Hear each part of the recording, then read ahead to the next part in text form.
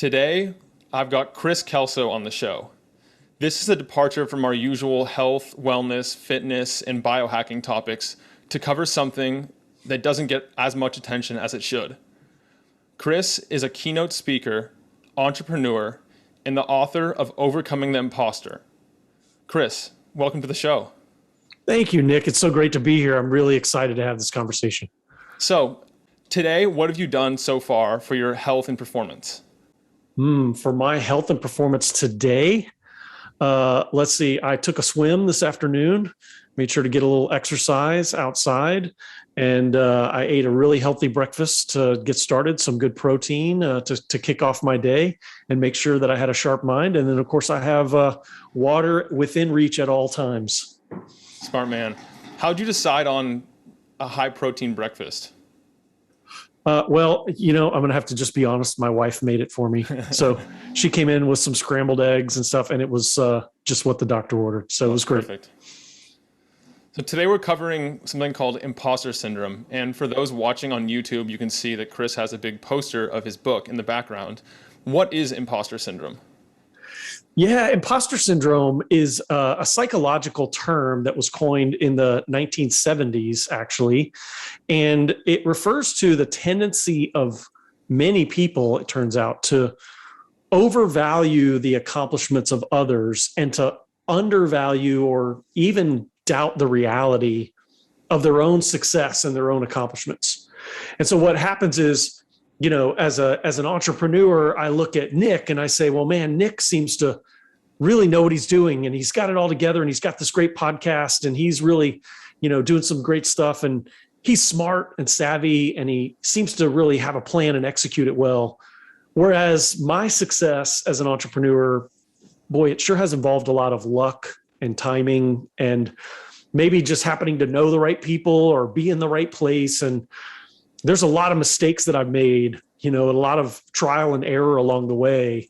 And maybe I'm not really as legit as some of these other entrepreneurs that I see, or maybe, I've only gotten here by accident and I'm just one mistake away from it all falling apart. Mm-hmm. And the underlying fear of imposter syndrome is that sooner or later, somebody, or maybe everybody, is going to figure out that you really don't know what you're doing, that you've just been making it up as you go along, that, you're just figuring things out along the way and you're not really the expert that they think you are. And that if that happens, it's all going to come crumbling down around you. And not everybody feels it quite that strongly and acutely, but studies have shown that up to 70 or 80% of the population experience this feeling of imposter syndrome, of feeling like maybe I'm not quite what everyone thinks I am, or I'm not legitimate, or I've gotten to a place that I don't really deserve to be.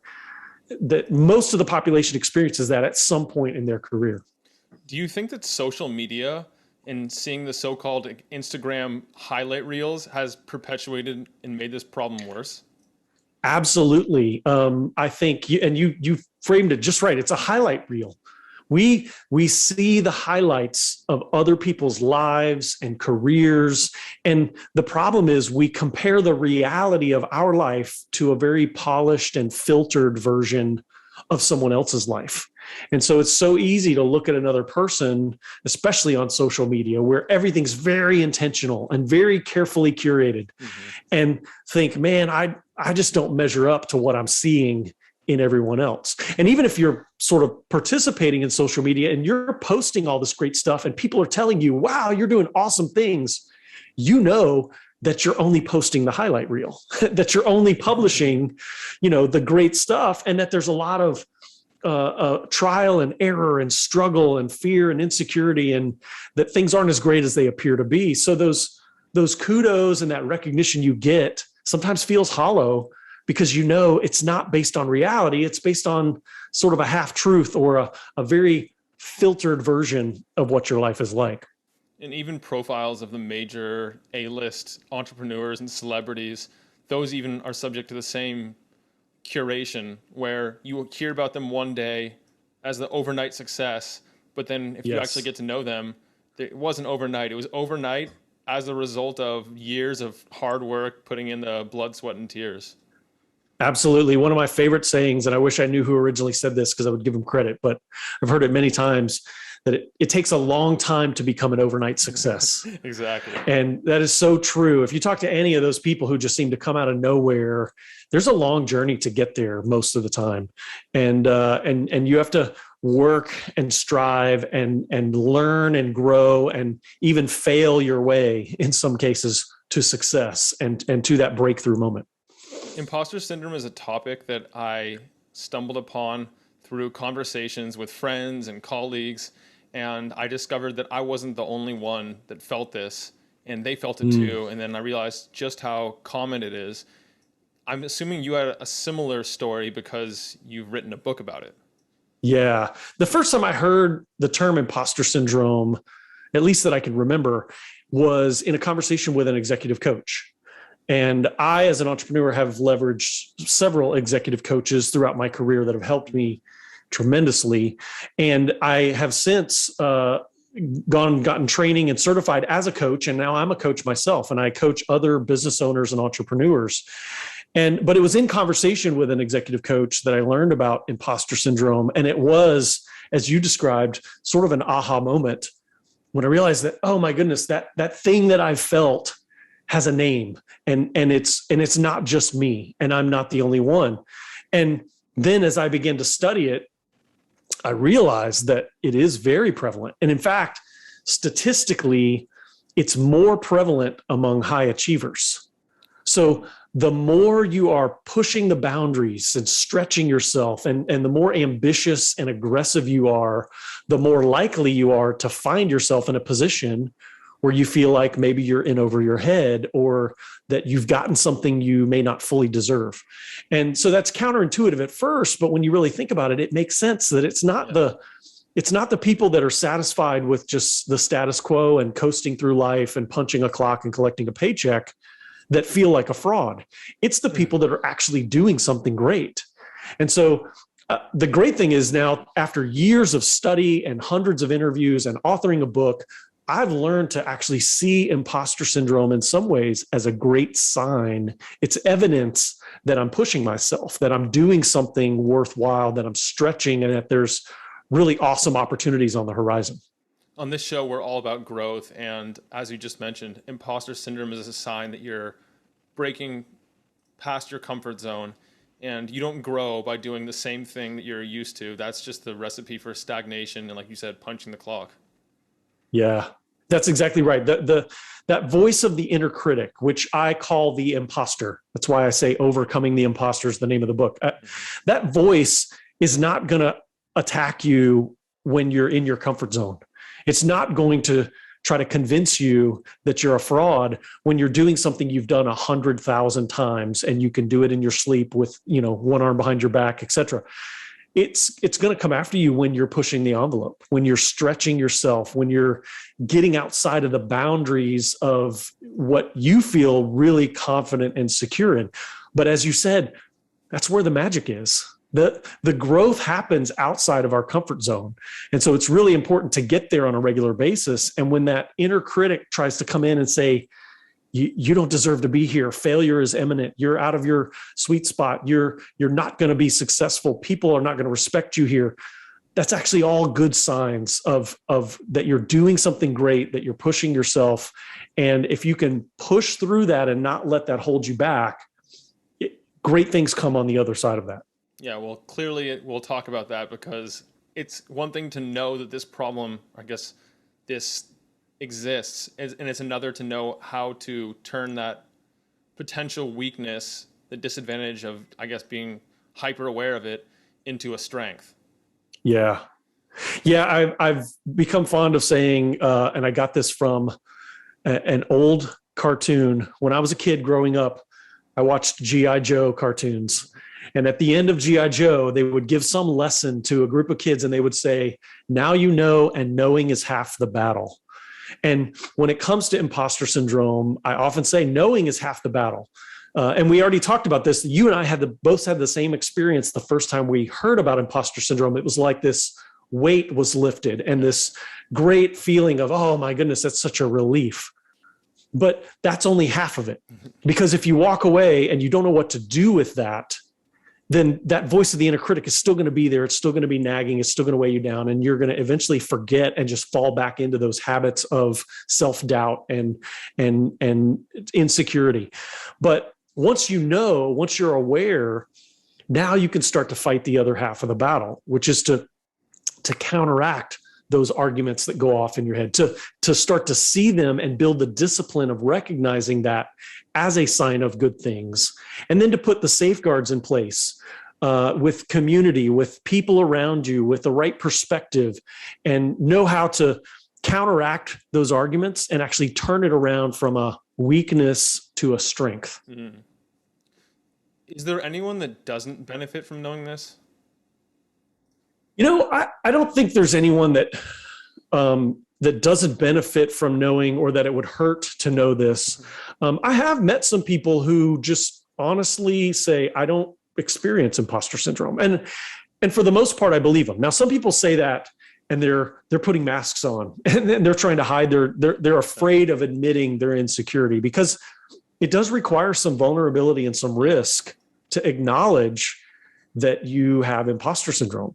Mm-hmm. So sometimes people are fronting, but there are people that I know personally and know very well that just genuinely say, I don't ever feel like a fraud.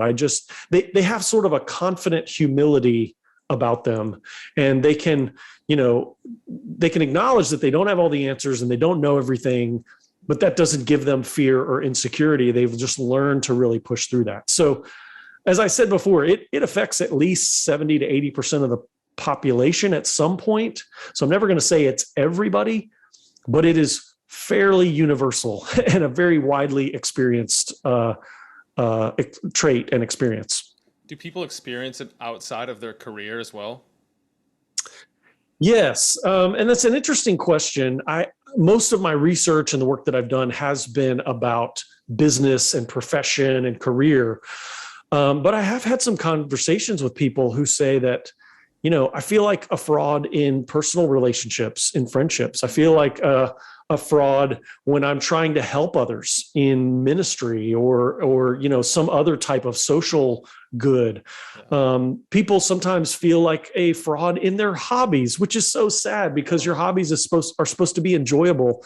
But people, they can feel like, I'm not any good at this, so I don't deserve to do it, which of course it's just a self-imposed limitation. If you enjoy something, even if you're terrible at it, you should just feel free to do that thing and enjoy it, and not put the requirement of greatness on yourself for everything that you do. So it does get experienced in other areas. But I think certainly in our careers and the work that we're trying to do and the things we want to achieve professionally is where it tends to show up most often. Yeah. And I think that a lot of that has to do with the whole comparison trap. It's like, if you're feeling imposter syndrome about your hobbies, perhaps you're comparing yourself to other people, and that's why. Yeah. But if you were to be the only one on earth to sing, you probably wouldn't think that you were that bad at it. Right. Yeah, that's exactly right. And you have to accept the fact that there's almost always going to be someone better than you at the thing that you're doing. But their greatness doesn't have to steal your joy. Yes. Their greatness. In fact, President Teddy Roosevelt said, comparison is the thief of joy. And you can feel great about yourself until you get into that comparison trap and you start trying to measure up.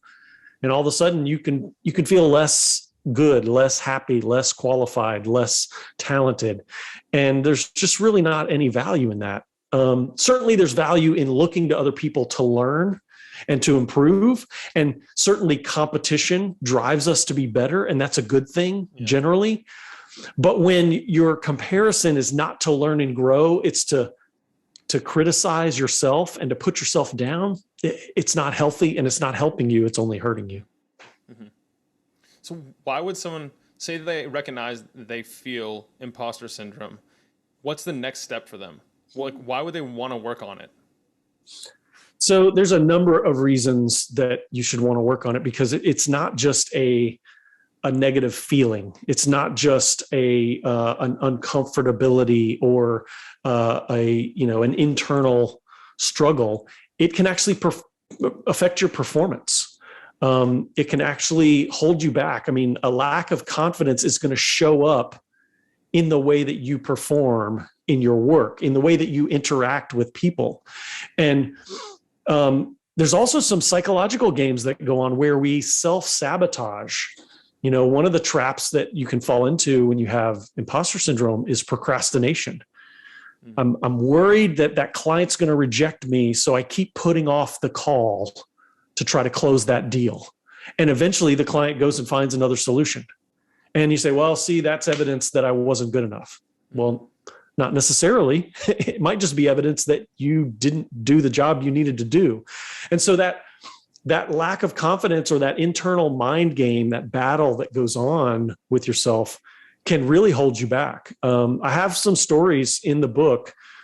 Chapter 4 is kind of all, I call it the downer chapter, because it's kind of all about the ways imposter syndrome can really hinder and hurt you. And I have some pretty stark stories of people who sabotage their careers because of imposter syndrome. And they looked back and realized that, you know, it was just self-doubt that held them back and caused them to perform poorly and ultimately lose opportunities and lose jobs. Now, there's some happy endings at the end where they figure it out, but it can definitely do some damage.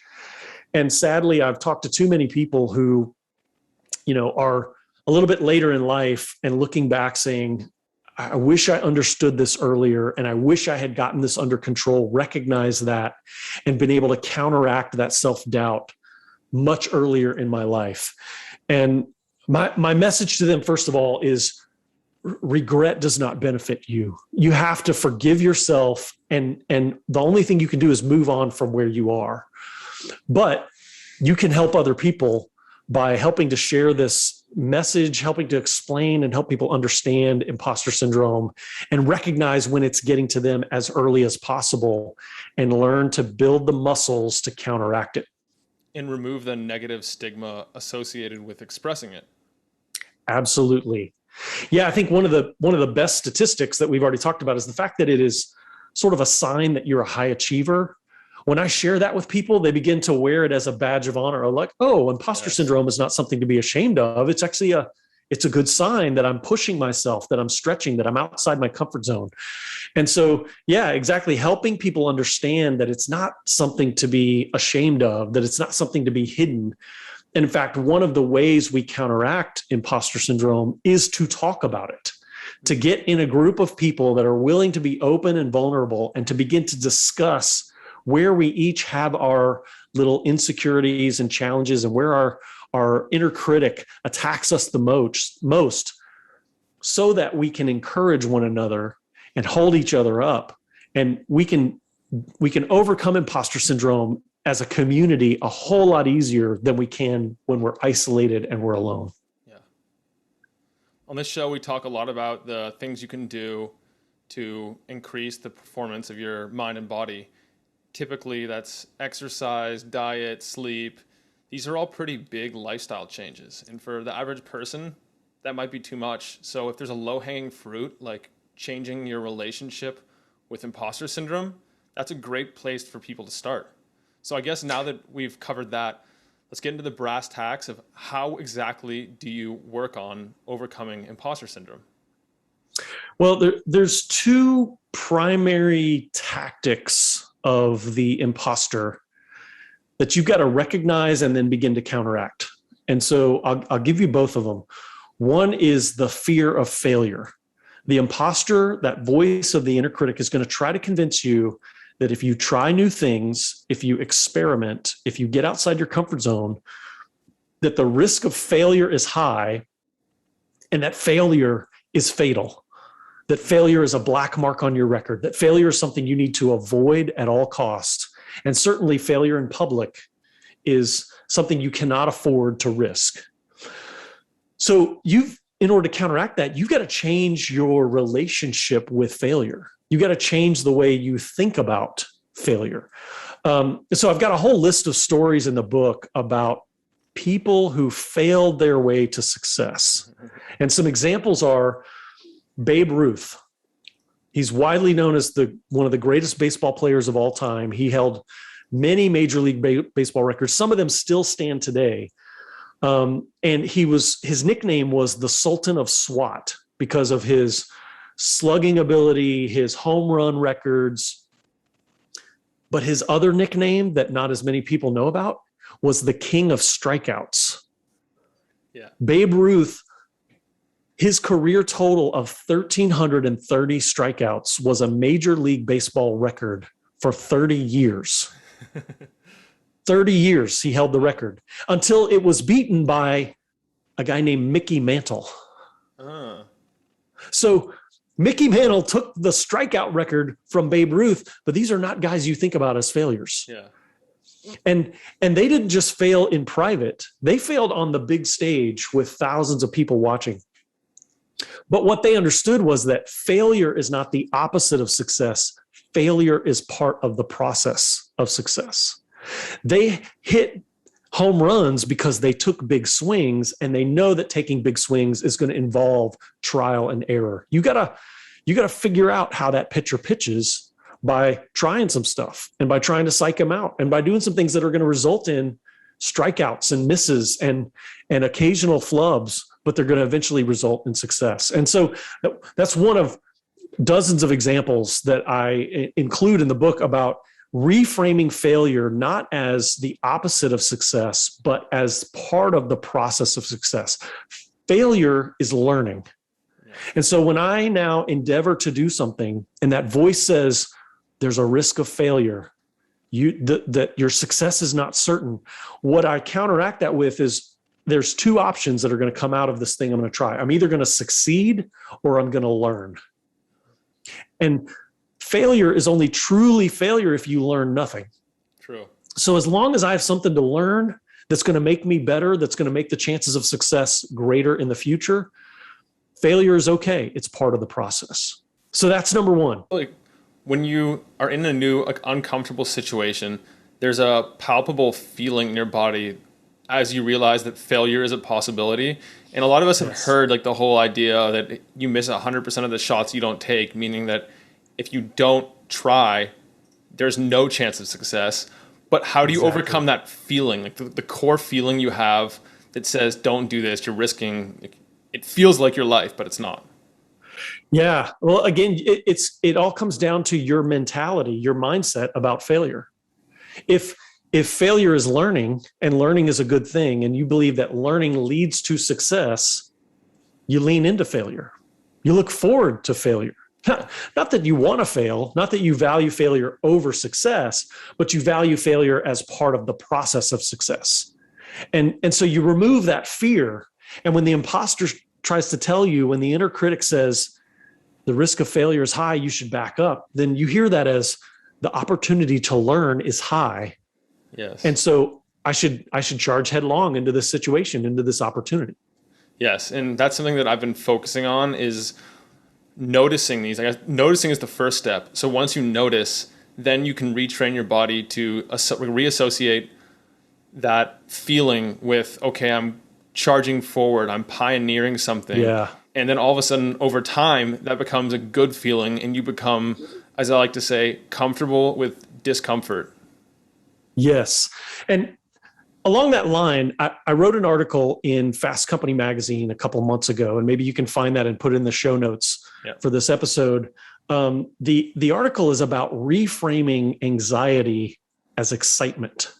Oh. And the basic idea is that when you're anxious, when you're nervous and your adrenaline gets going and your body's in sort of an aroused, heightened state of awareness because you're afraid of something. Maybe you're about to give a presentation, or you're going into, a sales call with the biggest client you've ever had, or you're going to perform in an athletic event, or you're going to do something that you're nervous. Sometimes the prevailing wisdom is to try to calm yourself down. And what you'll find is that actually backfires. Because calming your body when it's aroused, when it's in a heightened state, is very difficult. And then the fact that you can't do it actually makes you more nervous. You feel like you're failing already because you're failing to calm down. But what I've discovered is that nervousness and excitement are almost the same physical sensation. Anxiety is the anticipation of a negative outcome, but excitement is the anticipation of a positive outcome. Both are anticipation. Both are an aroused state where your body is gearing up and you're getting ready for something to happen. It's just a matter of whether you're anticipating something negative or something positive. And so as simple as telling yourself, I'm not nervous, I'm excited. I'm not afraid, I'm anticipating. This feeling that I feel is not fear and anxiety, it's excitement and anticipation of something awesome, of a great performance, of a fantastic outcome. And so by reframing that physical sensation that you're having, you can change your mind and it'll actually improve your performance. We know that the words you tell yourself, the phrases, they do directly impact your biology. And that's what all of affirmations are about. I like that idea. I haven't heard that. Yes.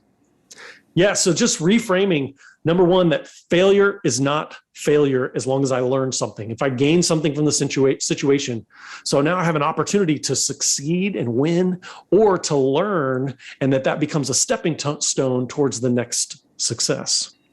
Now, the other thing that the imposter will do, the other tactic that you have to recognize and counteract, is the imposter will try to isolate you.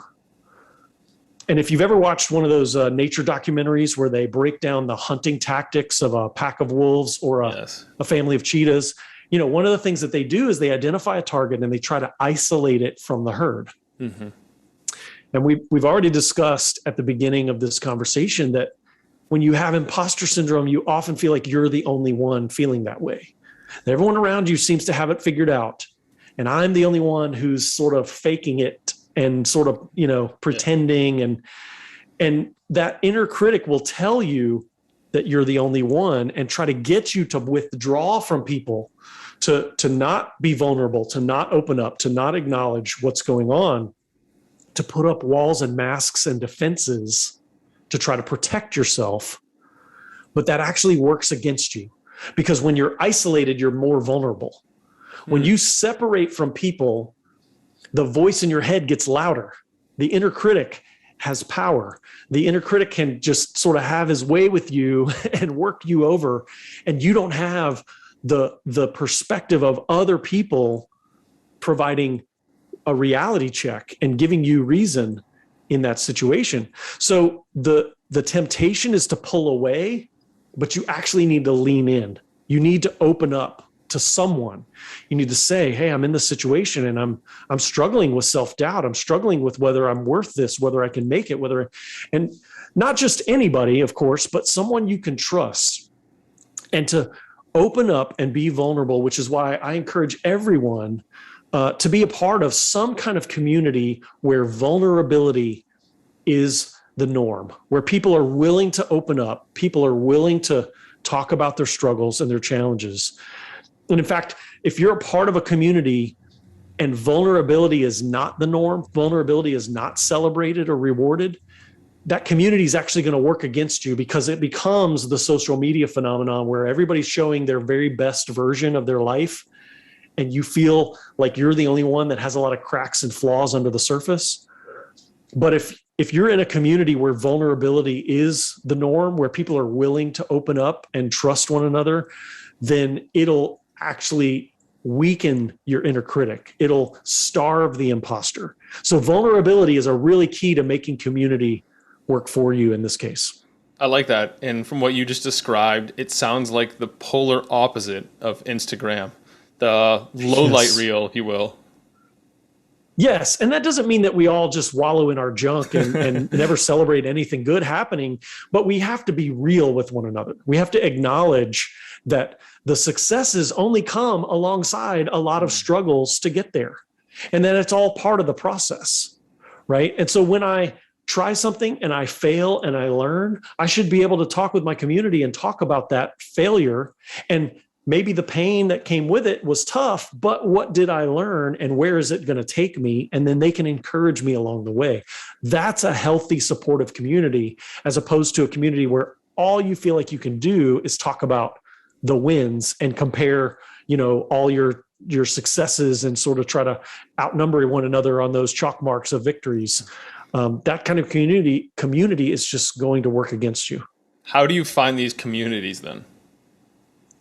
Well, there's all kinds of communities.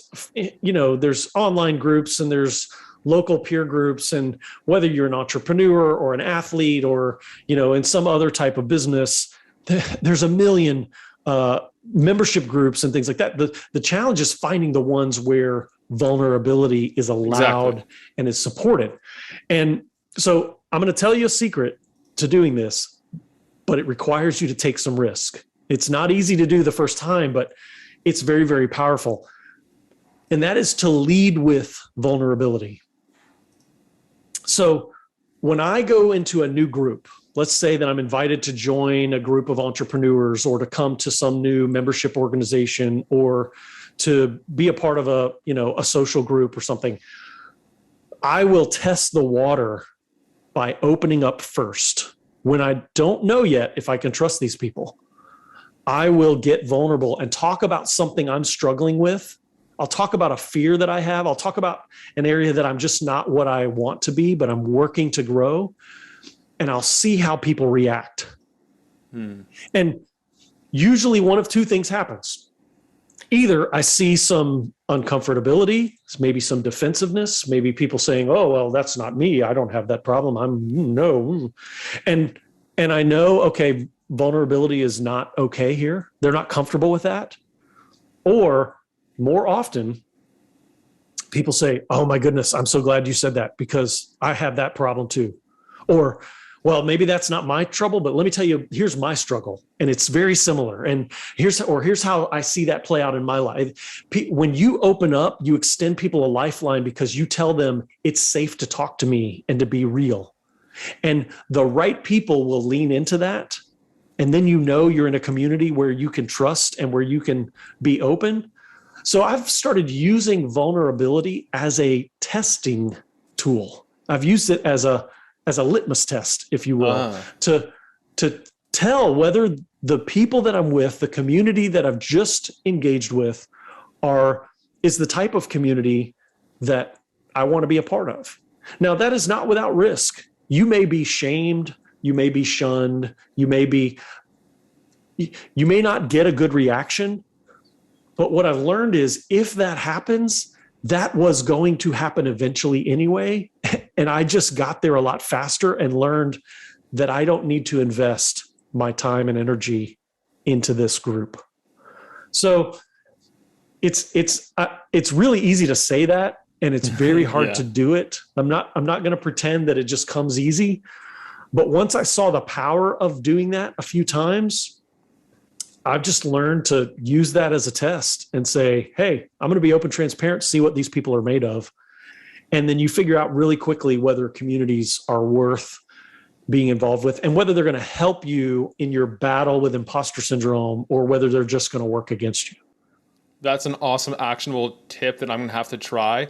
But before I do, I'm curious what you do if you're in a group and you say something vulnerable as a litmus test and one person makes a comment because of the negativity bias. All it takes is one person to say something, and all of a sudden you might feel like the entire group is against vulnerability, when in fact everyone else can be for it, but just that one person can sour the whole experience. You're right. One person can sour, and it depends a lot on who that person is and how much influence they have already in the group. Oh, okay. Right. If they're an influential leader, then everyone's going to sort of tend to fall in line. If they're a little bit more of an outlier, then you may have some people come to your defense and sort of jump in and support you rather than support that negative comment. But there again, it's sort of telling you where the power dynamic is in that group of people. Another thing that will happen sometimes is if someone does react negatively or they're disrespectful or they shame or something like that, once they're away or when you get in a sidebar conversation, other people will say, I'm so sorry that happened, but I'm really glad you said what you did because that meant a lot to me. And so again, you sort of learn where the sub community is, where there's safety, or maybe you meet 2 or 3 people that say, yeah, this community is not for us, but we should go and find another group to join, or, so you're putting yourself out there as saying, I'm willing to be vulnerable. So if you want to engage that way, let's go. And if you don't, then, let me know that, and that's fine. I'll just begin to distance myself. And you get a sense for where people are pretty quickly. Okay. So far we have to view situations as either a success or a learning opportunity, and also to be the first one to be vulnerable. What comes next? Yeah. From there, I would say, along the same vein of being vulnerable, learning to recognize imposter syndrome in other people and to open up and talk to them about it will actually help you with your own imposter syndrome. When you see someone else who may be experiencing that, or maybe even it's just a suspicion, and you just open up and talk about what imposter syndrome is and how it affects people and what that voice says in your head, then suddenly they're looking to you and saying, oh my goodness, this is so helpful. And now you've just helped somebody. You've increased your own value in your mind because you're able to offer something to someone else. You're passing along wisdom that you've gained just simply by learning about this thing that's going on in your head. And so looking for opportunity to help others, I would say, is the third key.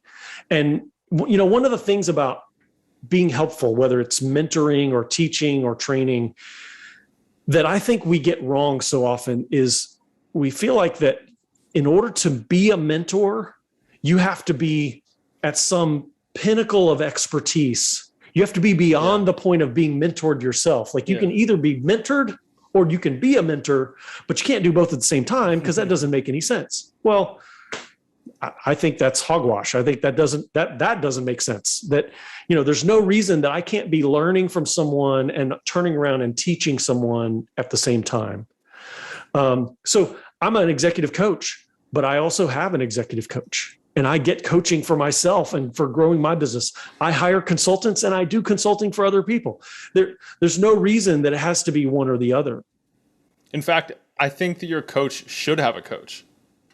You're exactly right. Yeah. I've heard many people say, don't ever hire a coach who doesn't have a coach. So yes, if a coach believes in coaching and believes that everyone, even, the highest performing athletes have a coach, then the coach should have a coach for themselves. And just that mentality, that perspective that it's not take the class, build expertise, pass the test, get the certification, and then you're qualified to pass along some bit of knowledge to someone. But it's at all times, we're both helping and being helped. We're both teaching and learning. We're both mentoring and being mentored. If you take that approach, then you can find other people who are a few steps behind you on their journey, and you can help them along. And that will also help to build your own confidence, to quell that voice in the back of your head that says, you're not qualified, you don't have anything to offer, you're not valuable because you haven't reached the pinnacle of performance. You're not number one, therefore you can't teach anyone else. Like that it doesn't make sense when you say it logically, but we feel that way all the time. One thing that I heard, it was a quote about a course creator, and he was saying that you don't need to be the very best in the world to teach. All you need to do is be one step ahead of the people you're teaching, because then they still get value and they also feel like you're within reach and they're extra motivated, versus when you learn from some world-class expert who's the very, very top. It's like, I can never be there. They're years or decades ahead of me. That's a really, really good point. If I wanted to become a tennis player, and I don't play tennis, I don't, know much about it, it would probably not be any good for me to go to Roger Federer and try to get him to teach me how to play tennis, right? Because he's so far ahead that the stuff that he's working on and the techniques he's going to use, like I need a basics fundamental teacher. And so there's a lot of value in helping people, as you said, that are just a couple of steps behind you, that as you're learning, you can turn around and teach someone else and help them along the journey. And I've done that many times in many ways in my career, learning things and turning around and teaching them almost immediately afterwards. Those teachers tend to be the most relatable too, because they just overcame whatever it was. And in your example of Roger Federer, he's not going to remember the basics of tennis. He learned that a lifetime ago. Right. It's muscle memory for him. He can't even really think about it because it happens naturally. Yes. So, how are you supposed to hold to shift your body, and that's all just second nature to somebody like him. But to someone who's just gotten at the level of competitive playing, they would really remember those days when it was a struggle just to swing the racket in the right direction. Exactly. And to make contact with the ball. So yeah, you're exactly right that sometimes the best teacher is someone who's just a little bit ahead of you, still within sight, but has a little bit more experience than you do. And we can all be that person for someone else. In a previous conversation, we both talked about the learner's and explorer's mindset and how that ties into imposter syndrome and growth as a human. What does it mean to you? Yeah, so Carol Dweck's book on mindset was really transformational for me. And I built on some of those ideas in my own book with giving her credit. So I talk about a couple of different approaches to dealing with the imposter. One of those being what I call the tour guide, which is someone who stays in their comfort zone, who wants to be the expert, who follows a script and makes the same loop over and over again, and makes sure not to ever go anywhere they're not familiar or comfortable, but to stay in their zone where they are the absolute expert. And they deal with imposter syndrome by avoiding it. If you don't ever get outside your comfort zone, as we talked about before, you're not likely to encounter the imposter. You're not likely to struggle with self-doubt. So that's one approach to dealing with it. But the other approach, which I think is so much more fun and gratifying, is to be an explorer.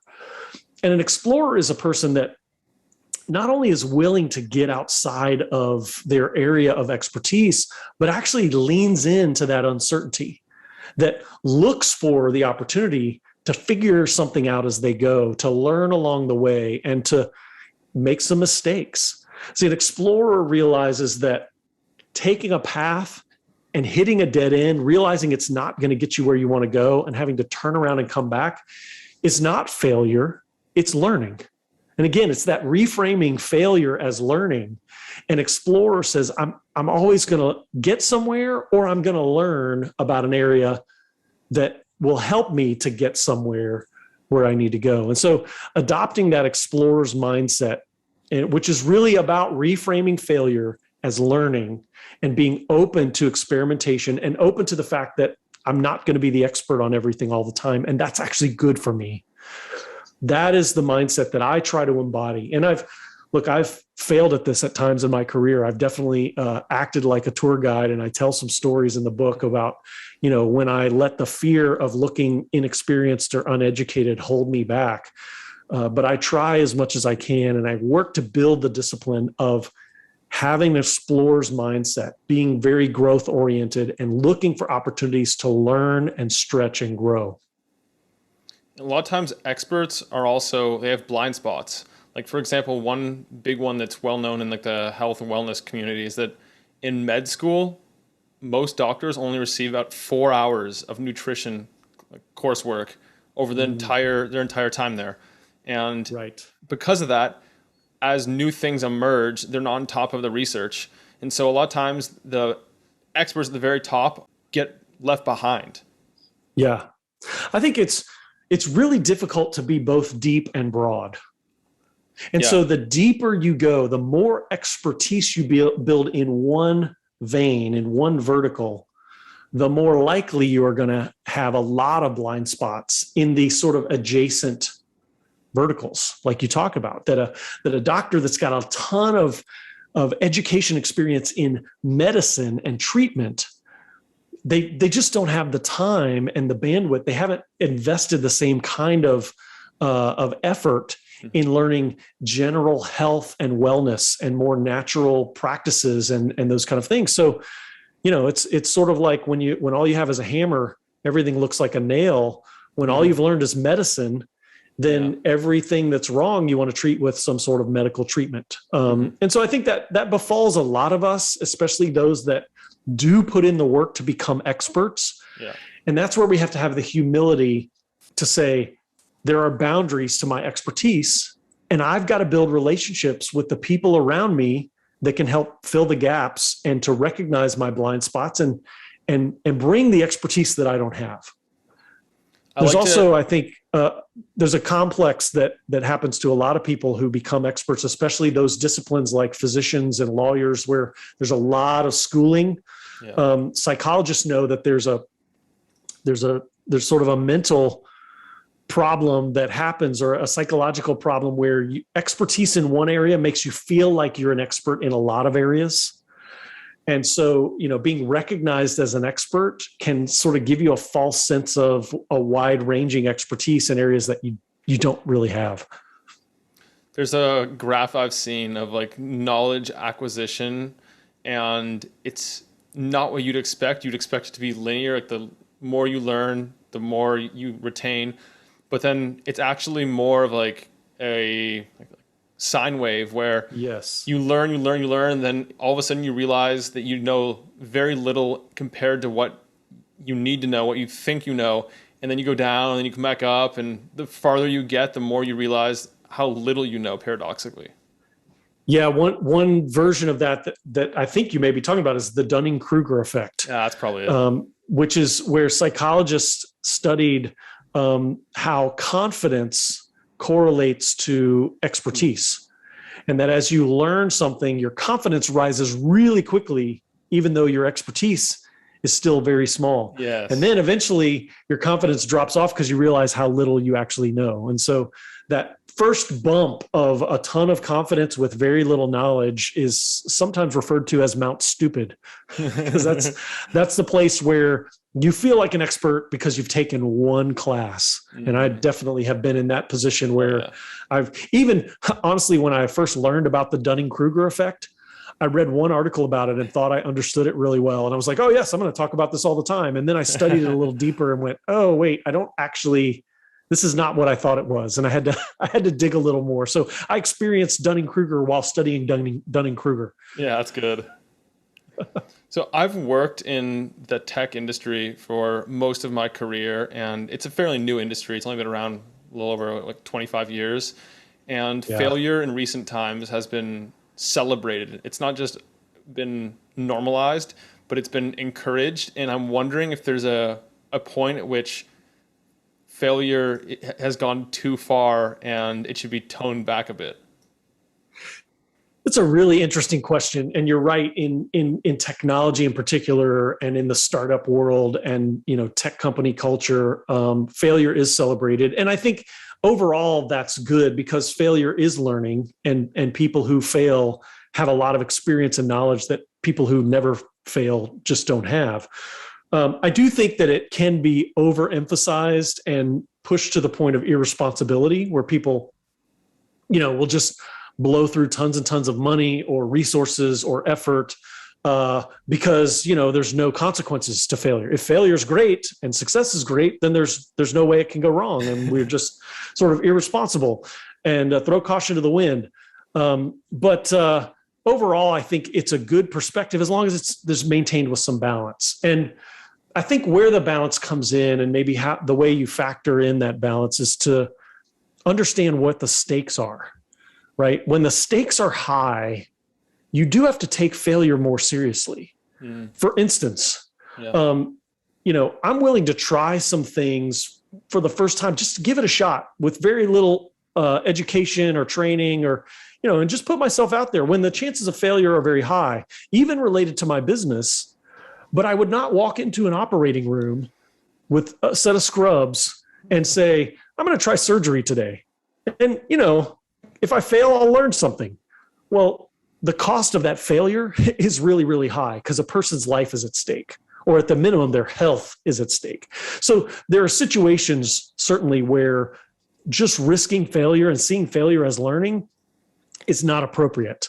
But I think it comes down to, what are the consequences of that failure? And most of the time, the consequences of failure are overbuilt, are overplayed in our minds. They're far bigger in our heads than they are in reality. And that's the hump we've got to overcome, is not thinking that a failure on our record is going to be a black mark that holds us back for the rest of our career, is going to sabotage us, is going to sink us, it's going to take our company under, or, is going to destroy our reputation. Because 90% of the time, that's just simply not true. I'm with you there. Well, Kris, we've been going for a while now. I've gotten a ton out of this, and I'm sure my listeners will as well.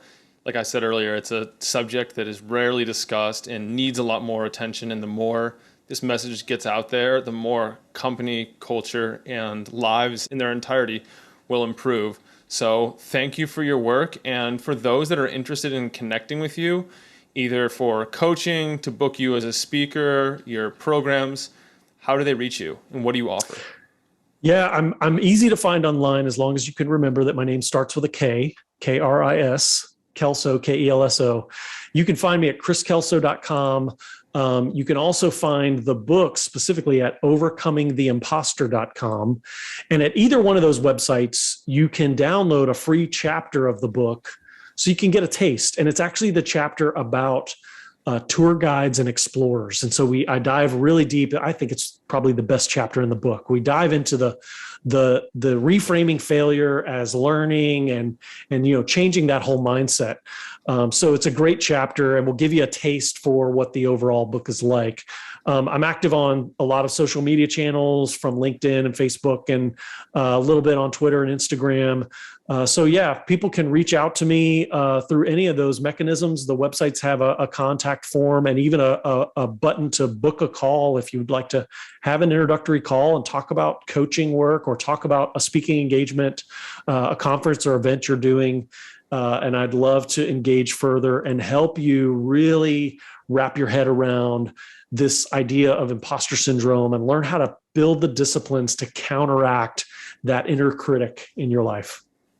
Like we said earlier, it's one thing to know, it's another thing to implement and actually practice. Yes. Yes, it is. Let's move on to the question, one of my favorite questions to start wrapping up on. And that is, if all knowledge on earth is gone, you get to save the works of 3 creators that have most impacted your life. They can be, their works can be books, podcasts, YouTubers, whatever it is. Who would you choose and why? Wow. That is a lot of responsibility on my shoulders. I think first and foremost, I would have to say the Bible, and I'm sure that's a cliche, and a lot of people say that, but the book has had a profound impact on my life, and I read it regularly and wouldn't want to live without it. Wouldn't want anybody to be in a world where that didn't exist. Secondly, I think that I would probably look at, to contrast with all of the wisdom there, perhaps a really rich piece of entertainment like a Tolkien or a C.S. Lewis. And then third, because I'm just so much of a psychology and human interaction guy, I would look to either an Adam Grant or a Patrick Lencioni or one of the great management and psychology thinkers, maybe even Dan Ariely, who's done a lot in behavioral psychology. I really read a lot of those kinds of books, and I love to learn more about how the human brain works and where are the hacks and the tips and tricks that help us to think more clearly and make better decisions and see the world the way it is. Well, it sounds like your book might be one of those. Well, thank you. I would love to think that I'm even somewhere close to that sort of category, but time will tell. Let's go on to the lightning round. Are you ready? Yes, I am ready. What's the worst advice you've heard around imposter syndrome? The worst advice that I've heard around imposter syndrome is probably just get over it, believe in yourself. Just when you hear that voice of self-doubt, just tell it to go away. It's just simply not that simple. You've got to go deeper and figure out what's behind that and understand the psychology. So just telling people to get over it does not help. In fact, it makes them feel worse because they can't. What are you most interested in and researching these days? Well, I mentioned that I'm a little bit of a psychology nut, and so I read a lot of the intersection between economics and finance and behavioral psychology. So I mentioned Ariely, and he's sort of one of the foremost researchers in behavioral economics, which is sort of that intersection of economics and psychology. So that's something that I'm kind of always noodling on and learning about in the background. Interesting. I studied behavioral economics, so I'm familiar. What's one thing that your tribe doesn't know about you? One thing that my tribe doesn't know about me, probably that I was a DJ in my teens and actually had a radio show that covered a good portion of Central Florida and would even be paid to come and host concerts and events and things like that. That's a part of my history that is a long, long time ago. And I haven't done anything in that vein in a long time. We'll have to dig up some photos if they exist. They're hard to find. Well, how would you like to conclude our journey together tonight? I want to thank you, first of all, Nick, for having me on the show and this great conversation. Thank you for sharing my work with your audience. And I just want to encourage people that, if you've struggled with self-doubt, you've struggled with insecurity, you've struggled with this thing called imposter syndrome, not only are you not alone, but you're in really good company. Some of the smartest and most successful people have also fought that battle, and they've figured out ways to overcome it, and so can you. So don't give in to the self-doubt, but neither am I going to tell you to just get over it. You need to learn about it, understand it, and learn how to turn that negative into a positive. You can see it as a positive sign. You can learn to use it as a guidepost, and you can learn to lean into vulnerability and actually leverage it as a powerful tool in your life. Perfect note to end on. Thanks a lot, Nick. Yeah, and thanks for coming on, sharing your time and wisdom with both me and my audience. And I'm sure this is going to be profoundly useful. Yes. Enjoyed it. I had a great time. Thank you much. I'm Nick Urban, here today with Kris Kelso, signing out from mindbodypeak.com. Have a great week. I hope that this has been helpful for you. If you enjoyed it, subscribe and hit the thumbs up. I love knowing who's in the 1% committed to reaching their full potential. Comment 1% below so that I know who you are. For all the resources and links, meet me on my website at mindbodypeak.com. I appreciate you and look forward to connecting with you. As a reminder, the information depicted in this video is for information purposes only. Please consult your primary healthcare professional before making any lifestyle changes.